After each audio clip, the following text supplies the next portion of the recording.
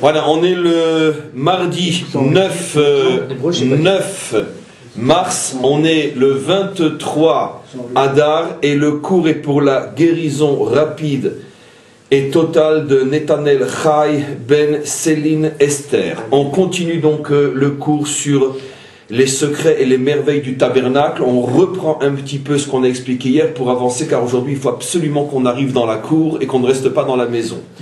Donc dans la maison, je répète, cette fois-ci je vais le reprendre, on pourrait dire d'une autre manière, c'est-à-dire quand on rentre dans la maison, on rencontre d'abord l'autel en or sur lequel on fait l'actorette, l'encens, et puis après on continue à avancer, on a à sa droite, on a la table, on a à sa gauche la menorah, et enfin derrière le rideau, le Kodesh HaKodashim. On avait déjà expliqué hier à quoi font allusion ces quatre ustensiles.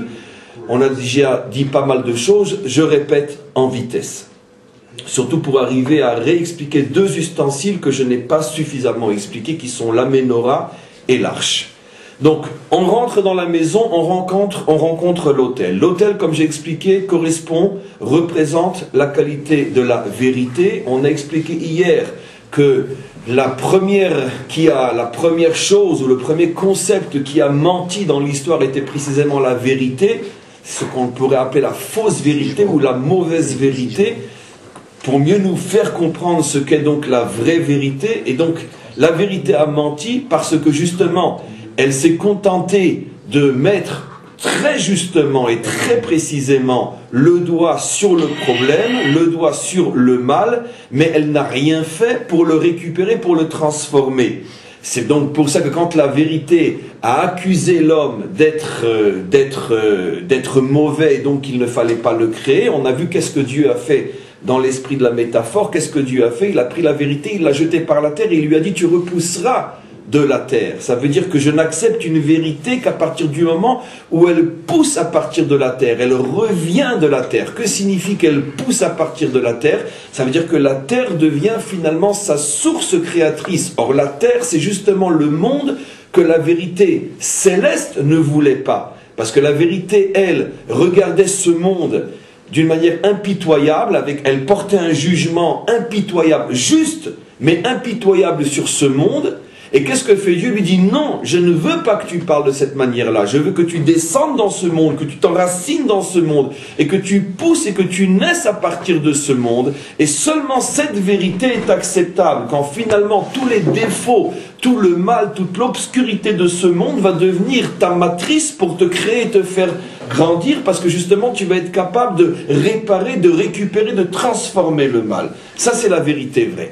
Vous remarquerez que c'est le premier ustensile que l'on rencontre lorsqu'on rentre dans le tabernacle. C'est bien sûr pour nous faire comprendre que la première qualité qu'un juif doit posséder, en fait c'est faux, c'est pas la première, parce que si on regarde sur le plan de l'ordre réel, on rentre d'abord par la cour. Mais j'expliquerai, comme vous allez voir avec un petit peu de patience, que la cour, comme j'ai déjà fait allusion à cette notion hier avant-hier, est paradoxalement à un niveau plus haut encore que la maison, en tous les cas au niveau de la racine. Donc c'est pour ça que bien qu'on passe par la cour avant d'entrer dans la maison, je me permets de dire que la première qualité est malgré tout celle qu'on rencontre lorsqu'on rentre dans la maison, qui est Emet. Vous remarquerez aussi Emet, donc vérité. Je vous avais montré dans les premiers cours sur le récit de la création qu'on retrouve le mot Emet, vérité, tout au début de la création. Dans les trois premiers mots de la Torah, Bereshit, Bara, Elohim. Si on prend la dernière lettre des trois premiers mots, on retrouve le mot Emet. Mais pas dans le bon ordre, puisque il y a un Tav à la fin de Bereshit, il y a un Aleph à la fin de Bara, et il y a un Mem à la fin de Elohim. On a les trois lettres du mot Emet, mais dans le désordre.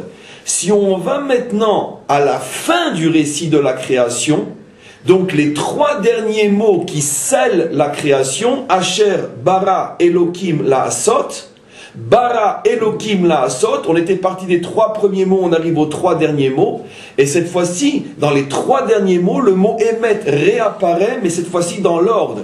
Bara, Aleph, Elohim, Met, Laasot, Tav. Donc, le message est fabuleux. On commence la Torah avec une allusion à la vérité, mais à l'envers. On termine le récit de la création avec à nouveau une allusion à la vérité, mais cette fois-ci à l'endroit. C'est pour nous faire comprendre quoi? Ce que j'explique aujourd'hui, que la première de toutes les qualités doit être la vérité. Si tu n'es pas un homme vrai, tu ne peux pas rentrer dans le monde de la Torah. C'est absolument impossible. Mais attention, il y a vérité et il y a vérité. Il y a une vérité à l'envers, c'est celle que Dieu a jetée par la fenêtre et qui s'est ratatinée sur le sol, une vérité qui ne fait que critiquer, qui ne fait que dire c'est bien, c'est mal, c'est faux, c'est juste, qui ne fait que mettre en évidence les problèmes, et même si elle les met véritablement et justement en évidence, ce n'est pas encore la vérité, c'est une vérité à l'envers, parce qu'elle ne répare rien. Au contraire, pourquoi les lettres sont mises à l'envers? Pour nous faire comprendre que cette vérité contribue, et l'associer, et le complice de ce qui est tordu dans le monde, ce qui est à l'envers. Puisqu'à quoi ça sert de dire que c'est tordu si tu fais rien pour le redresser? Donc automatiquement, cette vérité devient complice de ce qu'il y a de tordu dans le monde. Et la finalité, c'est de remettre les lettres à l'endroit, c'est-à-dire d'avoir une vérité vraie. Et la vérité vraie, c'est la vérité qui arrive à réparer le monde. Et c'est pour ça que ces trois lettres qui forment le mot vérité à l'endroit sont dites à la fin du 7e jour qui est le Shabbat. Le Shabbat étant la réparation du monde, le Shabbat étant l'élévation du monde, le Shabbat étant la sanctification du monde, étant finalement la finalité du monde qui montre que le monde fondamentalement est bon et qu'on peut dévoiler ce bon, ce bien qui est dans le monde et qui s'exprime dans la lumière et dans la sainteté du Shabbat. Et donc une vérité qui est capable de faire jaillir le Shabbat, cette vérité est une vérité écrite dans l'ordre. Donc ça c'est la première qualité que l'on doit avoir quand on rentre dans la maison. On continue à se diriger, on arrive, on sait très bien que selon l'ordre de la Torah, la droite vient toujours avant la gauche, donc quand on arrive, on va rencontrer à droite la table avant la menorah qui est à gauche. Ce qui veut dire que la deuxième qualité que l'on doit avoir, c'est la qualité représentée par la table, on l'a déjà expliqué à plusieurs reprises, je ne vais pas trop réexpliquer, c'est la capacité qu'a un homme de descendre dans ce monde, mais d'aller y prendre, d'aller y ramener du lechem apanim, un pain qui regarde Dieu. Car que signifie lechem apanim? Un pain qui regarde quoi? Qui regarde Dieu. Ça veut dire qu'un homme peut prendre sa parnassa, il peut prendre son travail, le fruit de son travail, il peut prendre son salaire, il peut le mettre sur la table et finalement demander à Dieu de le regarder ou demander à son travail de regarder Dieu. C'est-à-dire qu'il n'a pas honte du fruit de son travail. Pourquoi? Parce que son travail est propre et le fruit de son travail est propre. Un homme qui est capable de gagner de l'argent dans ce monde, voire même de s'enrichir, comme je vais l'expliquer, et ne pas avoir honte de sa richesse au point qu'il peut dire à sa richesse, regarde le maître du monde, tu n'as pas à rougir devant lui, cet homme-là est un véritable gibor, un véritable héros, parce que ce n'est pas donné à tout le monde. Pourquoi je dis que la table représente non seulement la réussite matérielle, mais la richesse?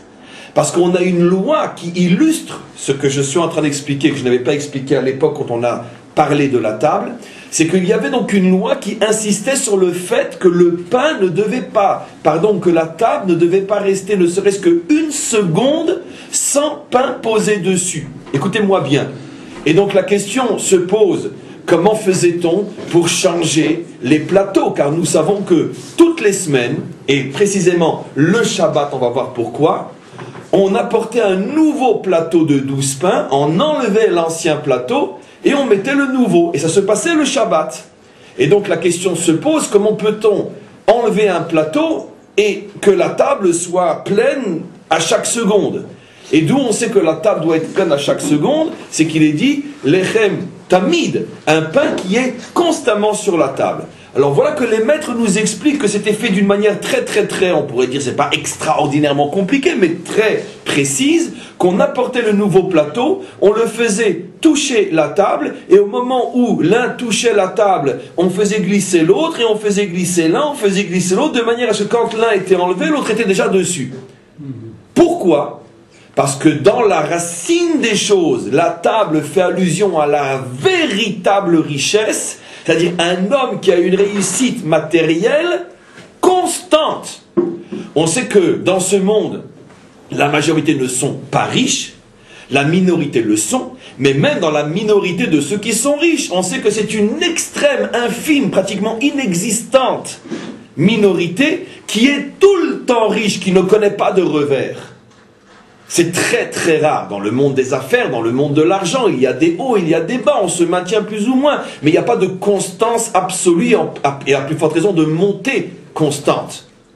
Le lechem apanim sur la table représente une richesse absolue qui ne bouge pas. On ne ressent pas la moindre chute, la moindre faiblesse, le moindre ralentissement dans la richesse. Donc on parle effectivement de quelqu'un qui a une réussite matérielle véritable.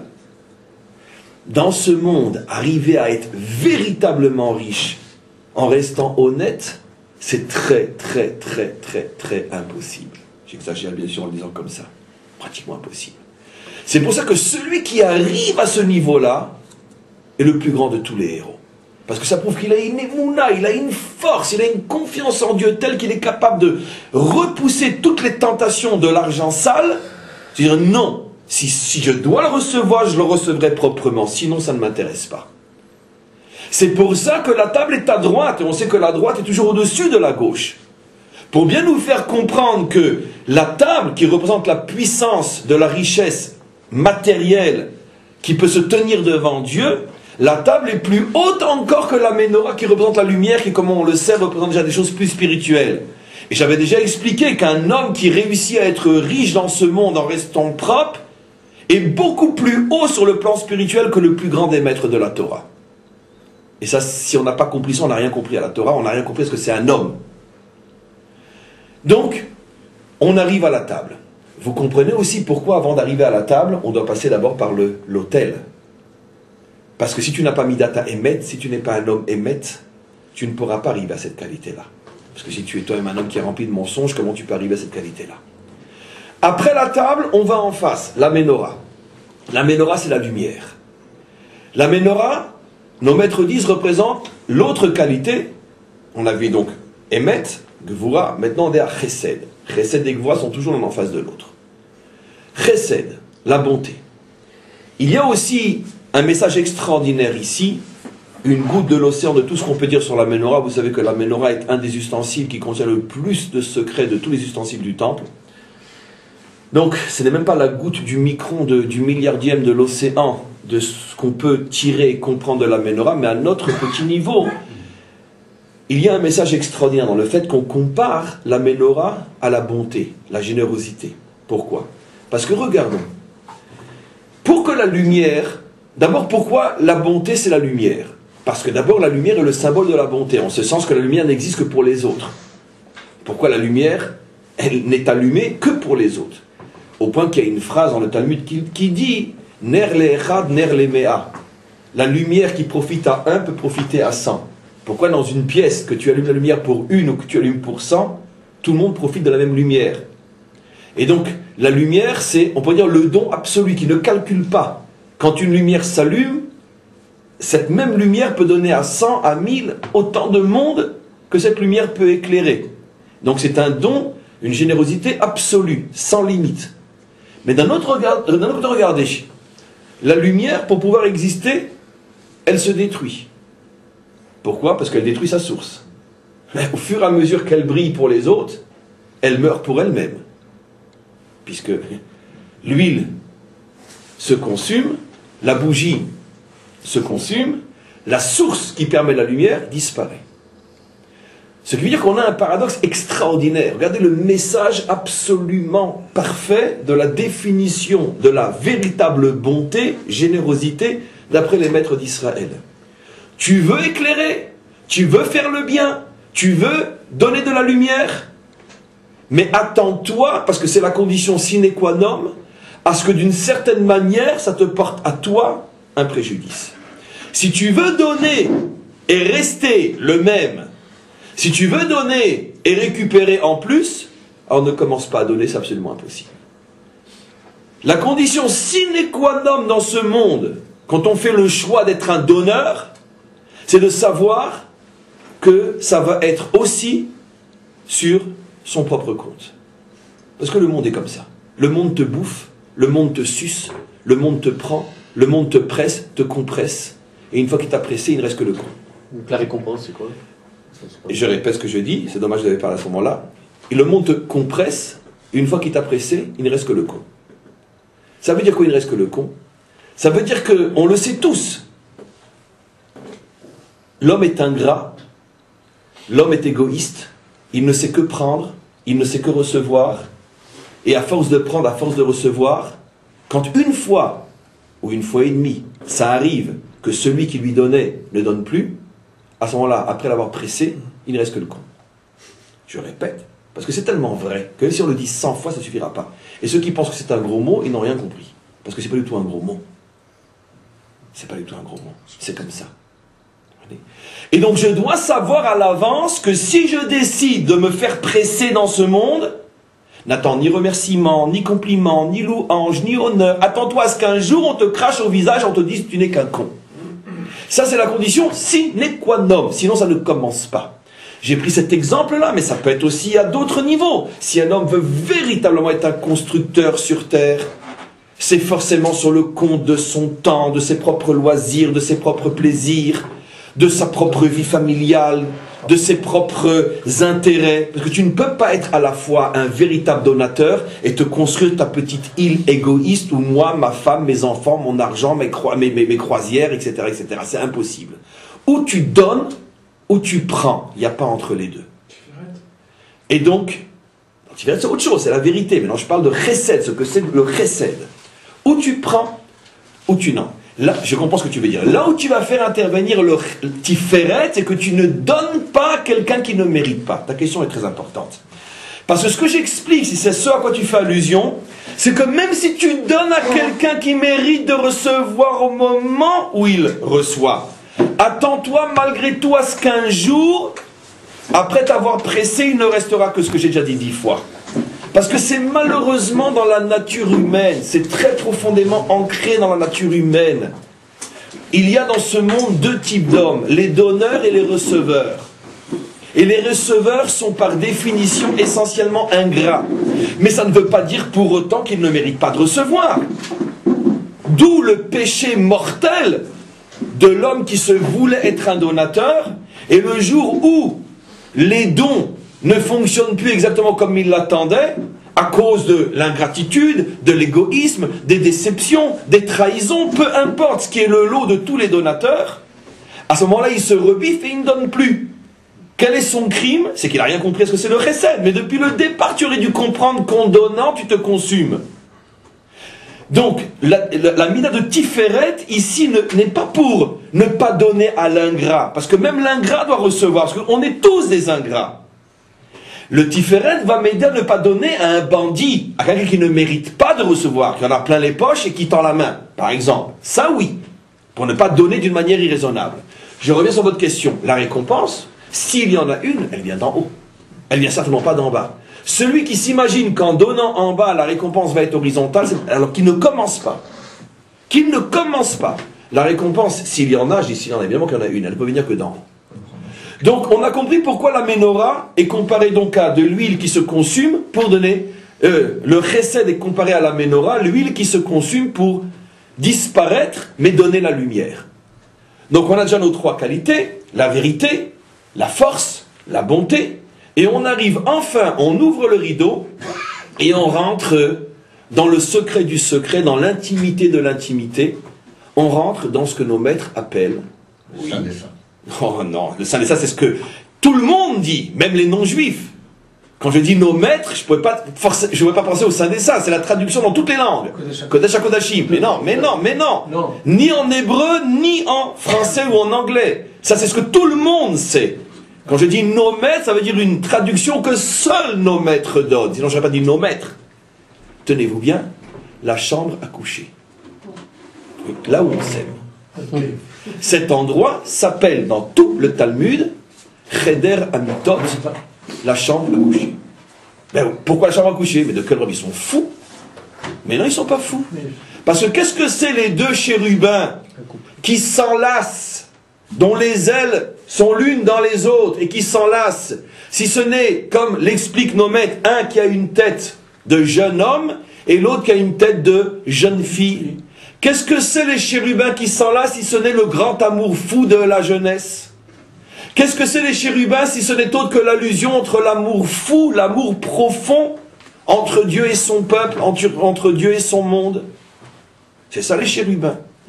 Mais les chérubins donc représentent d'abord, et c'est tout le cours d'hier que j'avais dit que je compléterai aujourd'hui, l'amour réel, profond entre un homme et une femme. Donc c'est derrière un rideau, parce que on s'aime derrière un rideau.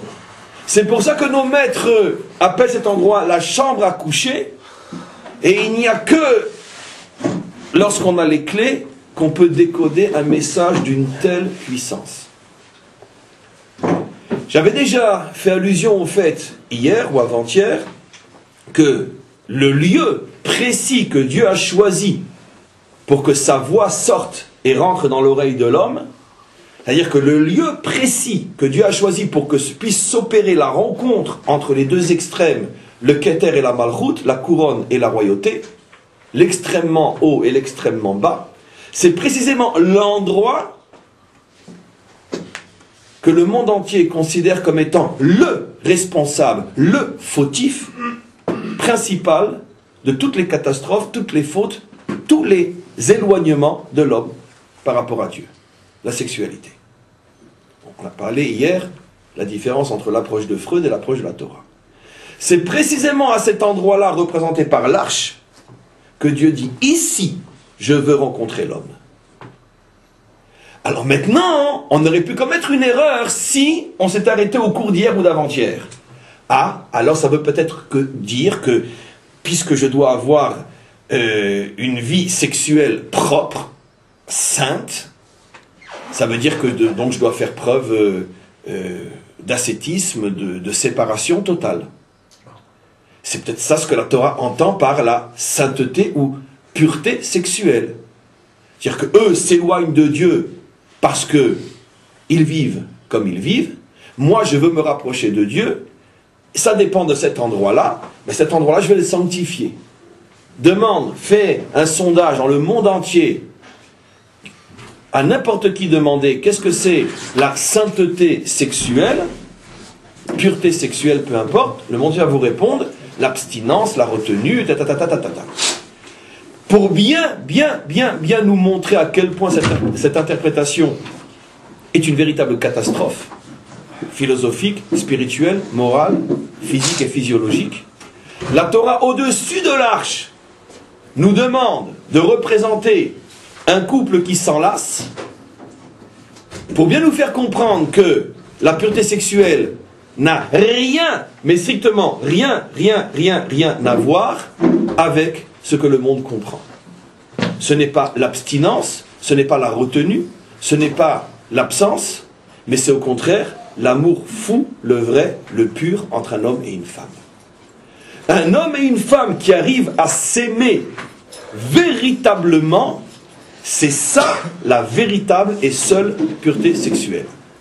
Et vous me direz, mais dans ce cas-là, on en trouve des centaines, et encore plus apparemment à Hollywood que dans le monde juif. Non. Où s'enlace-t-il? Il s'enlace au-dessus de l'arche, dans laquelle il y a la Torah. C'est-à-dire, s'il y a dans un couple l'amour fou, tel qu'on le comprend dans le sens le plus fou du terme, sans avoir besoin de faire des dessins, tout le monde comprend ce que c'est l'amour entre un homme et une femme, et que malgré la puissance et la force de cette relation et de cette union, entre eux se trouve la Torah, et pas seulement entre eux se trouve la Torah, mais c'est la Torah qui les maintient, puisqu'ils sont posés sur la Torah. C'est-à-dire que si sur la Torah ils s'écroulent, c'est-à-dire qu'ils ont conscience que toute leur vie ne tient que sur la Torah. À ce moment-là, cet amour-là est le symbole de la pureté sexuelle. Comment qu'on y arrive? Comme je dis souvent, mieux vaut rester sur une bonne question que sur une mauvaise réponse. Comment qu'on y arrive? Eh bien, c'est le projet de chacun d'entre nous. C'est la plus grande, la plus profonde, la plus haute et la plus mystérieuse des sagesses.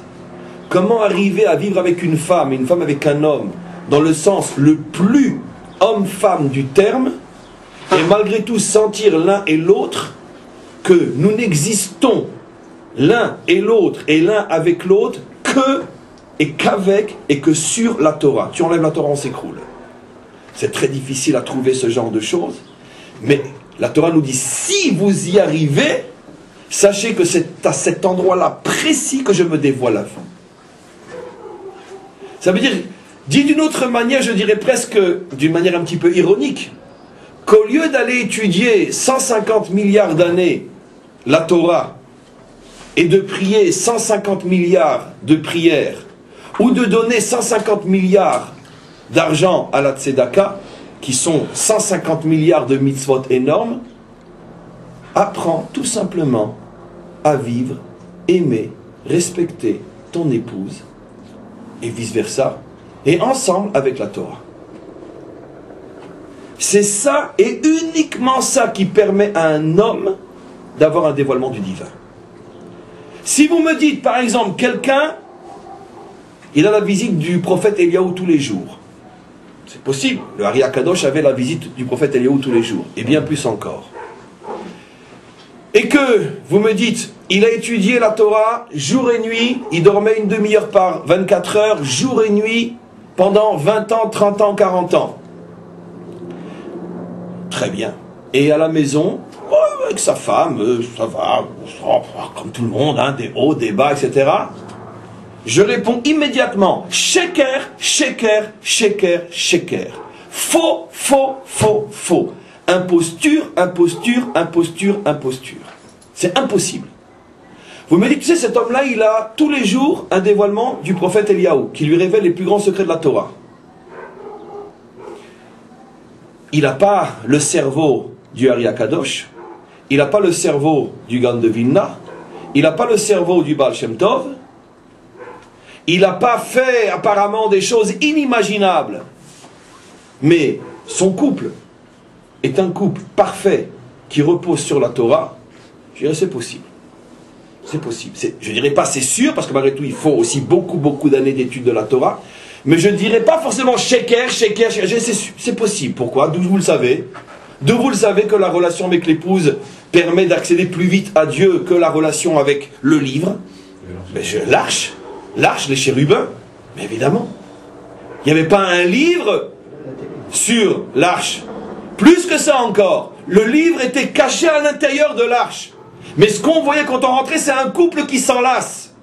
Et pour bien nous faire comprendre à quoi ça fait allusion, nos maîtres vont marquer dans le Talmud et gréver en lettres éternelles, cet endroit s'appelle la chambre à coucher. Qu'est-ce qu'on fait dans une chambre à coucher? On s'aime.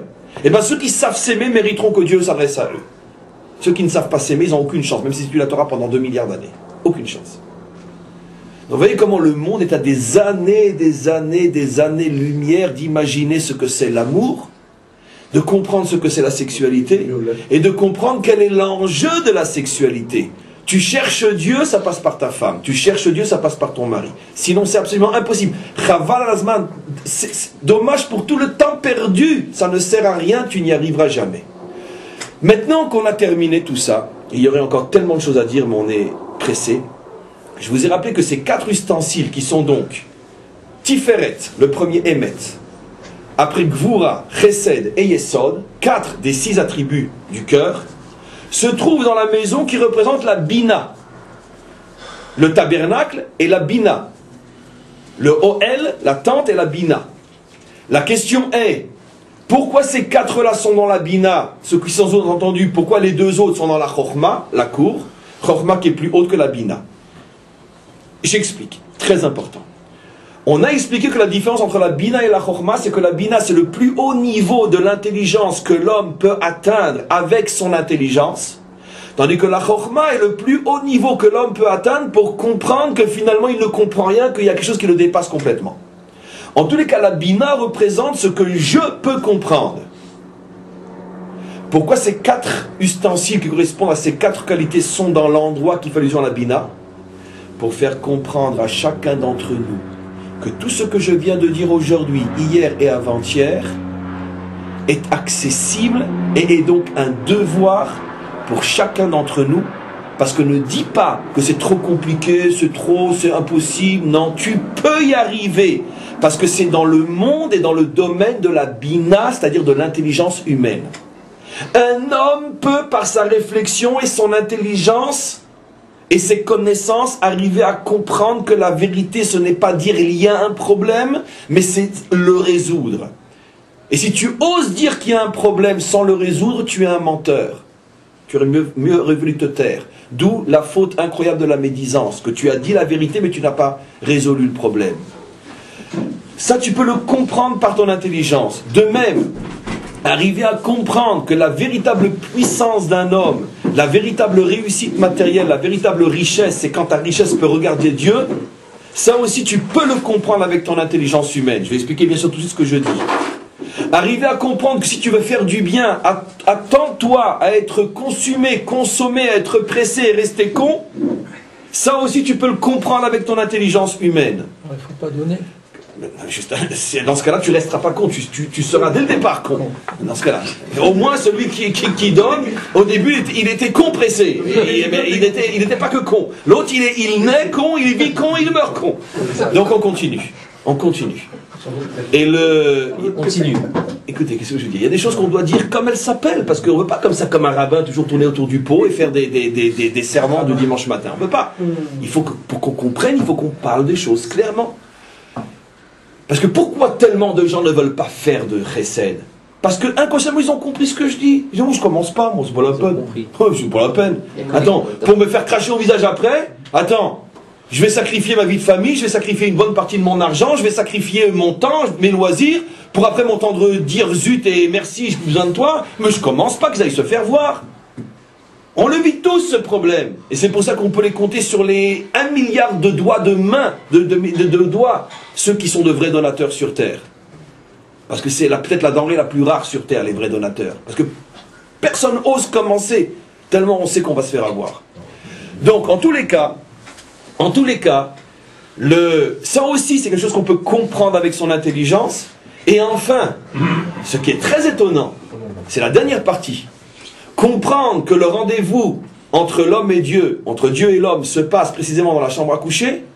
Ça aussi, puisque c'est dans cette partie du temple, ça veut dire que ça fait aussi partie du domaine de la bina, qu'un homme peut arriver à le comprendre. Alors c'est très difficile à comprendre ce que je viens de dire. Je viens d'affirmer que ces 4 qualités sont dans le domaine de la bina, ce qui veut dire qu'un homme peut arriver à le comprendre. Apparemment, l'homme ne peut pas arriver à le comprendre, puisqu'on voit que tout le monde vit dans ces 4 domaines exactement à l'inverse de ce que j'ai dit. Tout le monde pense que être vrai, c'est être capable de dénoncer le mal, d'accord? Alors qu'il n'y a que les pauvres types qui dénoncent le mal, parce qu'en réalité, ils ne l'arrangent pas. Tout le monde pense que être un guibord, c'est faire des millions et être le plus malin, et tac, et t'as vu, je l'ai frappé avant qu'il me frappe, et machin, etc. Tout le monde pense que c'est ça être un guibord. Tout le monde pense que je donne, mais à condition que tu me dises merci, tu me dis pas merci, je donne pas. Et qui c'est qui pense que c'est dans la chambre à coucher qu'on construit sa relation avec Dieu? Alors là, c'est déjà plus personne. Or, pourtant, d'après ce que j'ai expliqué, la Torah met ces 4 ustensiles dans la tente d'assignation pour nous faire comprendre que ça appartient au monde de la Bina. Alors la réponse, elle est oui et non. Oui, c'est dans le monde de la Bina, et non, c'est pas effectivement au niveau de la compréhension humaine. C'est dans le monde de la Bina, tel que la Bina, c'est-à-dire tel que l'intelligence humaine se trouve chez ceux qui ont reçu la Torah. Il y a intelligence humaine et il y a intelligence humaine. Ici, on parle du peuple juif qui a reçu la Torah. Ici, on parle du peuple juif qui est devenu le peuple d'Hachem. Ici, on parle du peuple juif qui, en tous les cas, en théorie, parce que dans la réalité, c'est pas aussi simple, veut être le peuple qui vit selon le modèle divin. Alors, quand toutes ces conditions sont remplies, et qu'on mérite de construire un temple, effectivement, on pourrait dire que la base de l'intelligence juive standard, ce sont ces choses-là. De là, vous pouvez comprendre, mes amis, que quand le temple est détruit, ce qui veut dire qu'on a perdu ce niveau-là, ou quand tout simplement on parle avec un juif, avec nous-mêmes, et qu'on ne comprend pas ces notions-là, ça nous paraît, dans la chambre à coucher, je trouve Dieu. Je trouve beaucoup d'autres choses, mais certainement pas lui. Mais quand on ne comprend pas ça et qu'on s'imagine que c'est déjà des hauts niveau de spiritualité, mais ça veut dire qu'on n'est même pas au niveau de ce que la Torah considère comme un juif basique, un juif standard. Pour la Torah, le juif standard, c'est celui qui a compris ces 4 choses-là. Tant que ce n'est pas compris, tu n'es même pas au niveau de l'intelligence standard d'un juif par rapport à la Torah. Ça veut dire, regardez où la Torah situe le niveau standard de l'intelligence juive. On va comprendre, alors qu'est-ce que c'est la surintelligence? C'est dans la cour déjà. Donc en vérité, je reste sur la question, je ne réponds pas à ma question. Je vous dis simplement qu'effectivement la question est une question. Ces 4 normes qu'on considère comme appartenant au monde de la Bina, qui nous paraissent nous déjà tellement des surnormes, c'est parce que nous ne sommes même pas au niveau de l'intelligence juive standard. Pourquoi? Parce que nous sommes encore à la fin, mais en exil, nous n'avons pas encore le temple, nous avons traversé 2000 ans de catastrophes physiques, morales, spirituelles, mentales et psychologiques et philosophiques et tout ce que vous voulez.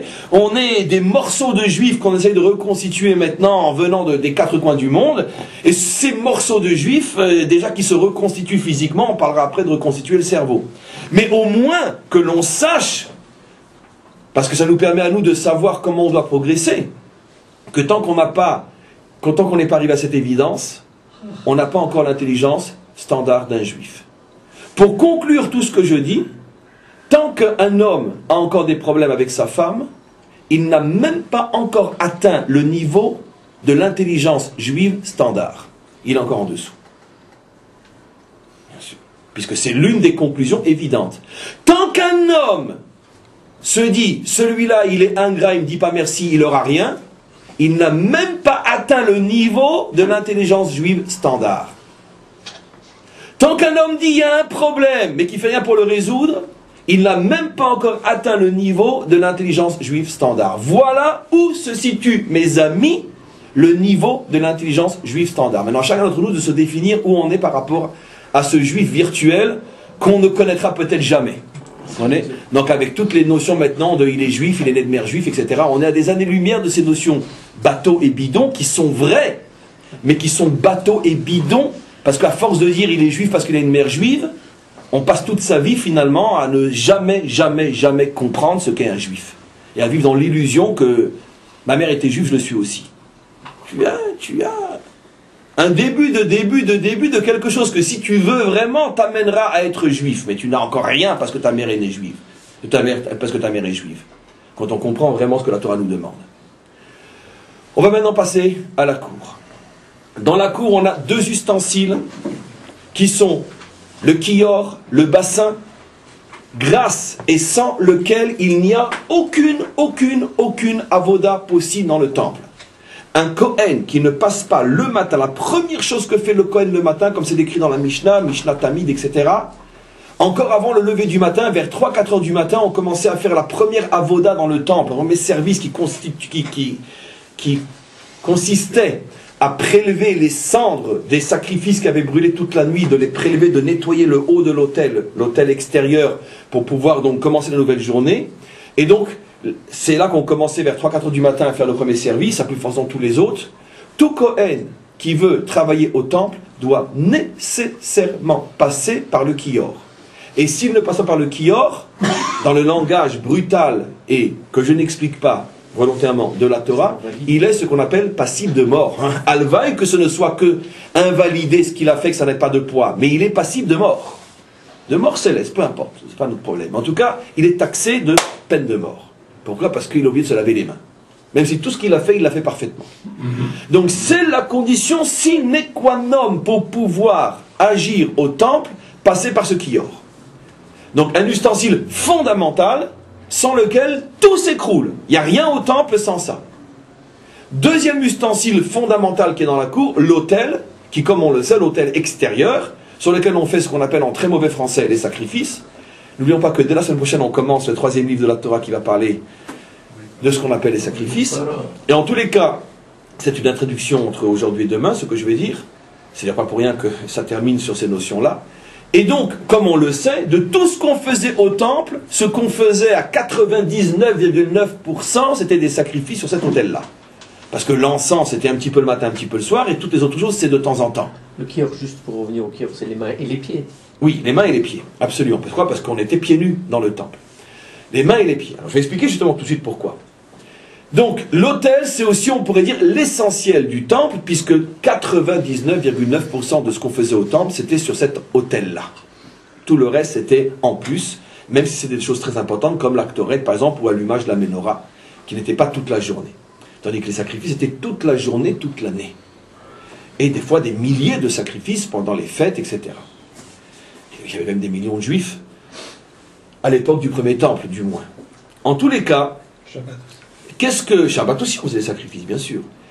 Maintenant, quand on commencera le prochain livre, dès la semaine prochaine, on essaiera de ne plus dire le mot sacrifice, qui est une abomination au niveau de la traduction, mais on dira le mot de la Torah, korban, qui veut dire en vérité rapprochement. C'est pour ça que je dis, je ne sais pas comment je me fais avoir moi-même et qu'on se fait tous avoir. Le crime d'une traduction, c'est que ça nous empoisonne la vie. Sacrifice, sacrifice, c'est pas vrai. Il y a nulle part dans la Torah marqué le mot sacrifice, c'est marqué le mot korban, qui veut dire rapprochement. C'est pas un sacrifice, c'est un rapprochement. Donc apparemment, c'est tout le contraire, comme je vous le démontrerai dès la semaine prochaine. En tous les cas,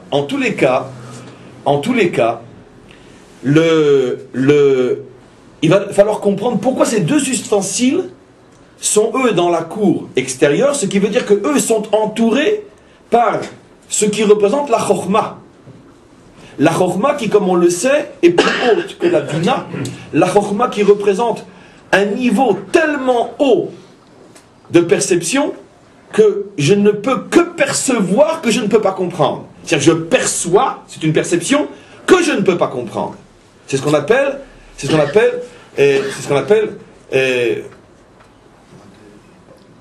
comprendre par le contraire. Il y a un mot en hébreu, j'ai oublié, le shlili. Bon, peu importe. Comment? Par défaut. Oui, c'est en français par défaut, oui. Mais il y a un mot spécial en hébreu, enfin la Shema Kodesh que j'ai oublié, bon, tant pis. En tout cas, peu importe. Pourquoi ces deux ustensiles? Parce qu'apparemment, si je dis que ces deux ustensiles sont, eux, entourés par la chorma, ça veut dire qu'ils correspondent à des qualités qui sont au-dessus des 4 premières.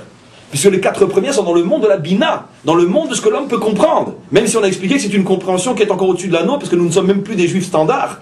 Mais en tous les cas, ça reste dans le domaine de la compréhension. Or là, nous avons affaire à deux ustensiles qui sont dans le monde de la chorma. C'est-à-dire que même le plus grand des grands ne peut pas, par son intelligence, comprendre ce à quoi...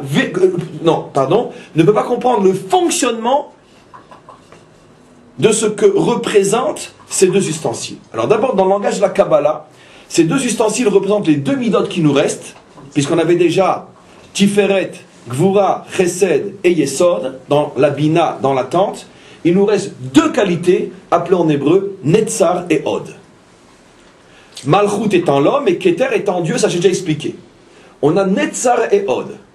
Toujours dans le langage de la Kabbalah, Netzar étant l'autel, Od étant le kior. Donc, l'autel, Netzar, le bassin, Od. À quoi font allusion ces deux qualités? Je ne vais que commencer aujourd'hui, ou peut-être en dire pas mal. On va y aller. Peut-être que je vais faire plus que commencer, on va voir. Ah non, parce que c'est ça, je me disais pourquoi je dis on va commencer, parce qu'il y a des questions aujourd'hui, il faut qu'on s'arrête pour les questions dans 5 minutes, c'est ça. Donc préparez-vous, ceux qui nous entendent, dans 5 minutes, 5-10 minutes, on commence les questions, donc automatiquement, je ne vais faire que commencer à expliquer ce que c'est Netzar et Od, et je vais commencer par Od, bien que dans l'ordre des Sphirot, c'est Netzar avant Od, mais comme le gros morceau à expliquer c'est sur Netzar, je commence par Od. D'où venait, mes amis, le Kior? D'où venait-il? Le Kior venait d'un endroit extrêmement choquant. Il n'y a pas que le Rav Dinovitch qui choque quand il parle. La Torah choque beaucoup plus que le Rav Dinovitch quand on comprend la Torah et qu'on n'a pas peur de ce qu'elle nous apprend. La Torah nous apprend que le Kior avait été fait avec les miroirs des jeunes, belles et séduisantes femmes qui arrivaient à réveiller, je vais le dire tel que la Torah le dit en français, qui arrivaient à réveiller le désir sexuel de leur mari, qui était épuisé, allongé sur le sol, sur les chantiers égyptiens, et qui n'avaient apparemment d'autres soucis que de s'unir à leur femme, et qu'elles arrivaient, je vais le dire comme on doit le comprendre, sinon on passe à côté, elles arrivaient à les exciter à les réveiller, à leur donner envie, alors qu'ils étaient morts, épuisés, crevés sur le chantier après 10, 15 heures, 20 heures de travaux forcés. Mais les femmes d'Israël voyaient qu'à ce rythme-là, les Égyptiens vont obtenir ce qu'ils voulaient, qu'il n'y ait plus d'enfants et que le peuple juif va mourir par tout simplement le fait qu'on ne fait plus d'enfants. Et ces femmes-là, qu'est-ce qu'elles faisaient, ces jeunes femmes-là? Elles passaient des heures devant leur miroir à se paponner, à se parfumer, à se faire belle. Et dit le Midrash, elles se montraient comme ça, et elles se faisaient toute la mise en scène de comment qu'elles vont réveiller leur mari.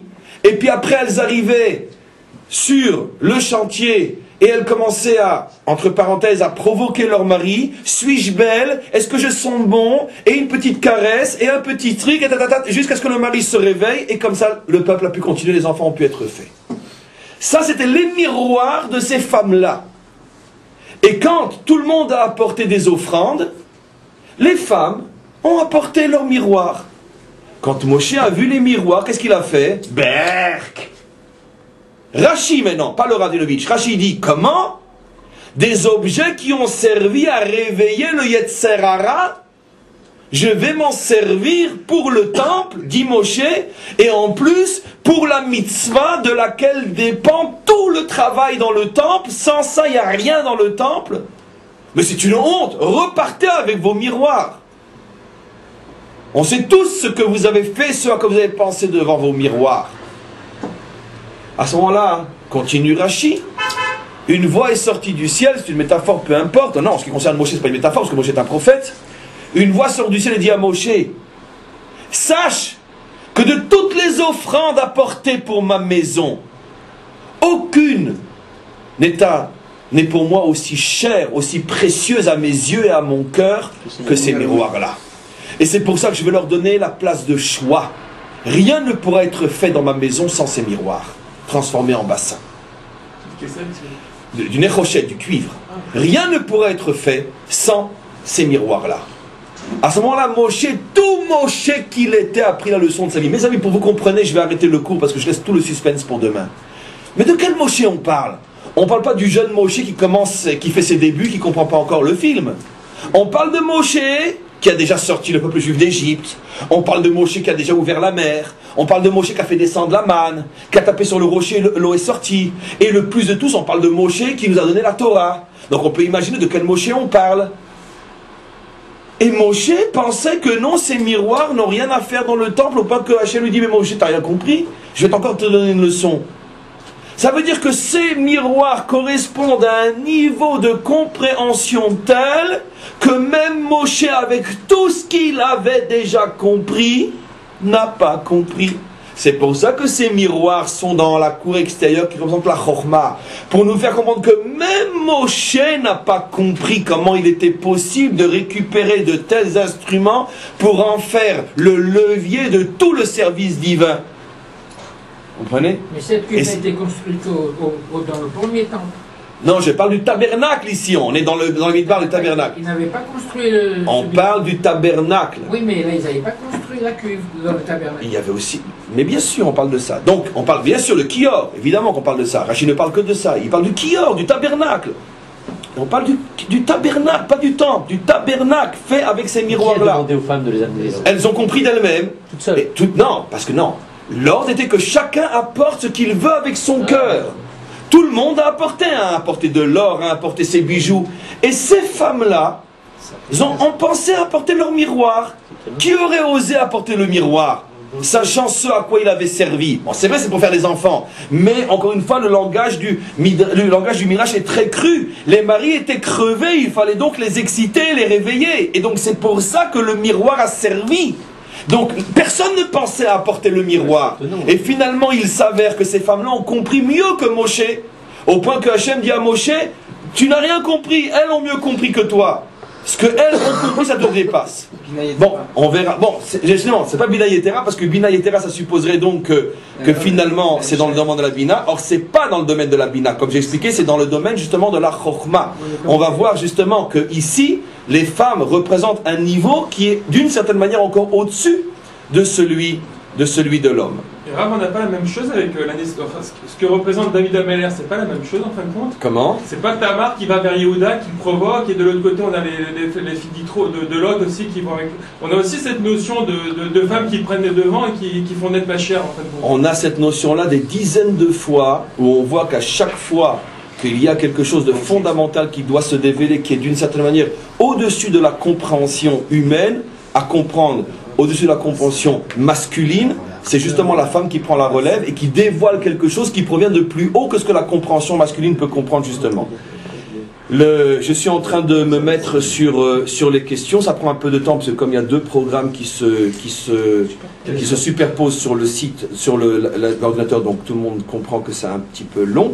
Et on va y arriver dans quelques... Bien sûr, poser une question. Comment on peut matérialiser la voix d'Hachem entre les chérubins? C'est pas comme c'est la prophétie, c'est une voix prophétique. D'accord, mais comment on sait que ça sort par là? La voix, parce que le prophète, parce que le prophète, non, le prophète voit et entend avec les yeux et l'oreille de l'âme exactement de la même manière que le corps. Tout ce que le corps a comme fonction, l'âme l'a aussi et plus encore. C'est-à-dire que l'âme repère un endroit, elle situe une voix. De la même manière que quand tu entends une voix, ton oreille situe la voix. De la même manière, l'oreille de l'âme, qui est l'oreille prophétique, situe la voix. Et Moshe sentait que cette voix venait de là. Je réponds maintenant aux questions. Ok, alors, importance de la relation. Comment expliquer? Alors, il y a une question très importante qui est posée ici. Je vous avais dit d'essayer, vous n'êtes pas obligé de le faire. Je m'adresse maintenant à ceux qui, d'un peu partout, nous écoutent, de marquer éventuellement de quel pays ou de quelle ville vous parlez, parce que ça nous intéresse à nous, ça nous donne le sentiment d'être en relation avec énormément de monde, d'un peu partout, et ça ne peut que nous faire du bien à nous tous, de relier Jérusalem, le centre du monde, à tous les rayons et tout ce qui sort de Jérusalem. En tous les cas, il y a une question très importante. Vous parlez de l'importance de la relation avec l'épouse. Comment expliquer la polygamie acceptée par la Torah? Donc je tiens à répondre tout de suite. Bien sûr, je tiens aussi à dire que je ne pourrai pas répondre trop profondément à chaque question pour en répondre un maximum. La question est très importante. Je vous invite, sans faire de publicité, à lire l'un de mes livres qui s'appelle Une formation pour la vie, où entre autres on parle de cette notion-là. Et j'ai déjà expliqué dans mes cours, pour ceux qui suivent mes cours, vous avez déjà entendu la réponse à cette question des dizaines de fois. La Torah, lorsqu'elle permet la polygamie, parle dans un contexte très très très précis, où les autres femmes, à part la vraie, celle qu'on appelle le zivouk, celle qu'on appelle la véritable épouse, les autres sont surtout et essentiellement des matrices pour permettre donc le développement, la multiplication, la cultivation du peuple juif.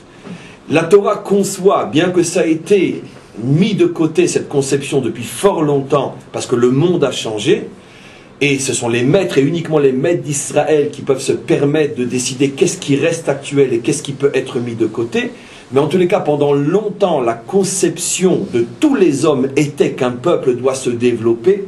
N'oublions pas que le peuple juif avait le devoir, et il l'a fait, de traverser l'histoire, donc il avait intérêt à sa naissance de se multiplier, d'autant plus que le peuple juif devait aussi traverser toutes les catastrophes de l'histoire, y compris la Shoah, l'Inquisition, les Cosaques et les croisades, et pire encore. Et donc ce qui veut dire qu'il n'y a pas un peuple dans l'histoire qui a à la fois le double challenge de traverser l'histoire tout en étant décimé à chaque génération. Il fallait donc qu'au départ le Ham Israël soit extrêmement, extrêmement nombreux, et effectivement, pendant toutes ces époques où la Torah a permis à un homme d'avoir des femmes aussi pour faire des enfants, bien qu'elles étaient respectées, aimées, mais ce n'était pas véritablement l'âme sœur, ça a permis au peuple juif de se développer. Notre histoire rapporte qu'à l'époque du roi Salomon, il y avait pas moins que 50 millions de juifs dans le Proche-Orient, ce qui est énorme pour un petit peuple comme le nôtre. Et ce qui a fait que quand après ont commencé véritablement toutes les catastrophes, avec la destruction du premier temple, et après, le peuple juif a été réduit, mais est resté malgré tout un noyau jusqu'à aujourd'hui qui n'a pas complètement disparu, parce que justement, pendant fort longtemps, on avait la possibilité d'avoir de nombreux enfants grâce à plusieurs femmes. On peut très bien imaginer que si cette loi n'avait pas été donnée, ça fait fort longtemps que le peuple juif aurait disparu, parce qu'il a eu tellement de catastrophes dans son histoire, que finalement les catastrophes seraient venues à bout de sa démographie. Mais encore une fois, tout ce que j'ai dit ne touche que la véritable relation avec la véritable épouse. Et même à l'époque de la polygamie, on n'a qu'une seule véritable épouse, comme Yaakov a appelé seulement Rachel son épouse. On continue. Mais les catastrophes sont voulues par Dieu quand même. Comment? Les catastrophes, je vous ai déjà répondu que Dieu s'embête, il ne sait pas quoi faire, et donc de temps en temps une petite Shoah, un petit truc, un petit machin, etc. Et vous voulez que je réponde comment à une question pareille? Évidemment que tout vient de Dieu, mais tel que vous le formulez, c'est une aberration, car vous savez très bien quelle est la réponse à cette question. Et donc, on y va. Ou plutôt, on continue. Alors, une bonne relation avec son conjoint passe-t-elle par une annulation? Vous n'êtes pas fâché, mais je vous ai répondu. Hein. Alors, une bonne relation avec son conjoint passe-t-elle par une annulation de soi? Oui, je pense que c'est évident qu'une bonne relation avec qui que ce soit passe par une annulation de soi. D'où on peut le voir, entre autres, dans tout ce que j'ai expliqué par rapport à la Ménorah.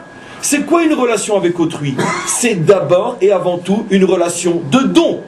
Parce que si tu n'es là avec l'autre que pour prendre, c'est pas une relation avec autrui, c'est une relation avec toi par l'intermédiaire d'autrui. Mais une relation avec autrui, c'est une relation de don. Or, s'il y a don, il y a forcément ce que j'ai expliqué, ça doit fonctionner comme la Ménorah. C'est-à-dire, tu te consumes pour pouvoir donner. Tu te sacrifies pour pouvoir donner. Donc, évidemment, la première et la plus fondamentale de toutes les relations humaines, qui est l'homme et sa femme, automatiquement, si tu ne te consumes pas, tu ne peux pas donner, tu ne peux pas briller. Et vice-versa. Les femmes ont compris ce que Moshe Rabbeinu n'avait pas compris. J'ai expliqué que oui, on verra demain. Alors bien sûr, la question, pourquoi Moshe dans ce cas-là? Je pensais que ça allait venir de vous cette question-là, la question taquin. Pourquoi Moshe s'est-il donc séparé de sa femme pour pouvoir être en contact avec Dieu? Ça c'est la question bombe atomique. Je ne sais pas qui c'est qui la pose, il ne donne pas son nom, je ne le vois pas. Ça c'est Shlomo, bon, c'est pas, non c'est un autre. Donc ça c'est une question très très très forte.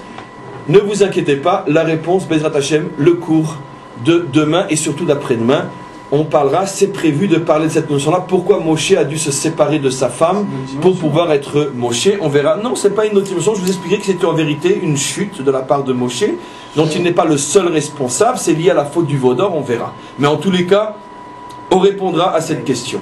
On continue. Les chérubins sont des idoles. Meir. Une très très bonne question. Les chérubins sont des idoles. C'est une très bonne question. Il y a 10 points de suspension après cette question. J'ai déjà répondu à cette question en posant une autre question, comme dans Rabbi Jacob. Est-ce que de la publicité est de l'idolâtrie? Est-ce que une image d'un maître, est-ce qu'une image, une photographie de Baba Saleh ou du Rabbi Lubavitch ou du Gaon de Vilna ou de Rav Ovadia Yosef est une idole? Regarde. Est-ce que la photo de ma bien-aimée dans mon portefeuille est de l'idole? Est-ce que la photo de mes enfants dans mon portefeuille est une idole? Vous voyez, on peut donc aller très très loin. Dit d'une autre manière, est-ce que toute représentation est une idole? J'aimerais tant rester sur cette question-là et vous laisser à tous et à celui qui pose la question réfléchir et me répondre. Mais j'ai déjà répondu aux 3/4 de la question. Ce n'est pas la représentation, l'idolâtrie, sinon ça devrait être interdit de porter dans son portefeuille la photo de ses enfants ou de ses petits-enfants. Est-ce que la photo du Kotel est une idole? Est-ce que la photo de Jérusalem dans les maisons parisiennes est une idole? Jusqu'où ça va? Où on s'arrête? Donc vous voyez bien que il ne faut pas non plus être angoissé par la représentation, sinon tout devient de l'idolâtrie. Non, c'est le rapport à la représentation qu'est l'idolâtrie. Ça veut dire que si mon rapport à l'image est que, d'une certaine manière, je me soumets à l'image, je confère à l'image un pouvoir, je consacre l'image et je la divinise, je réponds très brièvement à la question, à ce moment-là c'est l'idolâtrie. Mais si l'image devient un support, un tremplin pour pouvoir arriver véritablement à Dieu ou à sa volonté, alors dans ce cas-là, ce n'est que l'échelon d'une échelle, la fameuse échelle dont parle Yaakov. Maintenant, où est la différence? La différence, il faut toute la sagesse de la sagesse d'Israël pour arriver à le comprendre. Effectivement, ce n'est pas à la portée de tous de comprendre véritablement où est la différence entre une image idolâtre et une image échelon. Mais la Torah, et surtout les maîtres d'Israël, parlent énormément de cette notion-là. Et une grande partie de la Torah, c'est pour nous expliquer cette notion-là.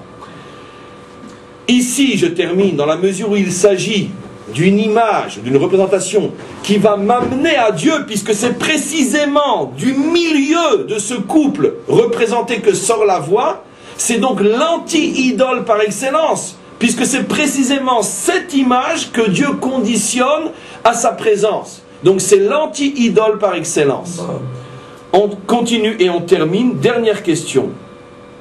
Est-ce que les femmes d'aujourd'hui comprennent mieux que les Gdoléador? Ça dépend de quelle femme. Il y en a effectivement sans doute. Je n'en connais pas tellement. Mais en tous les cas, on peut imaginer qu'il y a des femmes qui comprennent mieux que les Gdoléador. C'est absolument certain. Mais il n'y a absolument rien de honteux à dire ce que je dis. Je dirais tout simplement, pour être sûr de ne pas me tromper, que tous les vrais Gdoléador ont forcément eu ou ont une femme qui était aussi leur conseiller. C'est un principe fondamental dans l'histoire de notre peuple, pour celui qui sait comment un couple juif authentique fonctionne. L'une des plus grandes preuves que nous pouvons avoir, parmi des milliards que je pourrais apporter, mais celle qui me touche le plus en tant que chassid Chabad, c'est ce que le rabbi lui-même a révélé sur sa propre épouse, qu'il lui devait les plus hauts niveaux de son âme, qui sont la Chaya et la Yechida. Sans rentrer dans les détails, le rabbi a un jour révélé que ce qui a fait de lui un rabbi, c'est son épouse, parce que c'est elle qui lui a permis d'atteindre les deux plus hauts niveaux de son âme. Et donc, à partir du moment où le rabbi a fait cet aveu-là, c'est clair que c'est vrai, d'une manière générale, pour tous les Gdolim. Chaque Gadol a en face ou à ses côtés une femme qui est encore plus grande que lui. Pas forcément dans tous les domaines, mais dans certains domaines fondamentaux, parce que c'est effectivement le schéma fondamental que nous présente la Torah de génération en génération. À chaque fois que de très grandes choses doivent se faire, on trouve toujours qu'il y a une femme qui intervient à un moment où les hommes, eux, ne sont pas capables de trouver la solution. On s'arrête pour le cours d'aujourd'hui et on continue demain.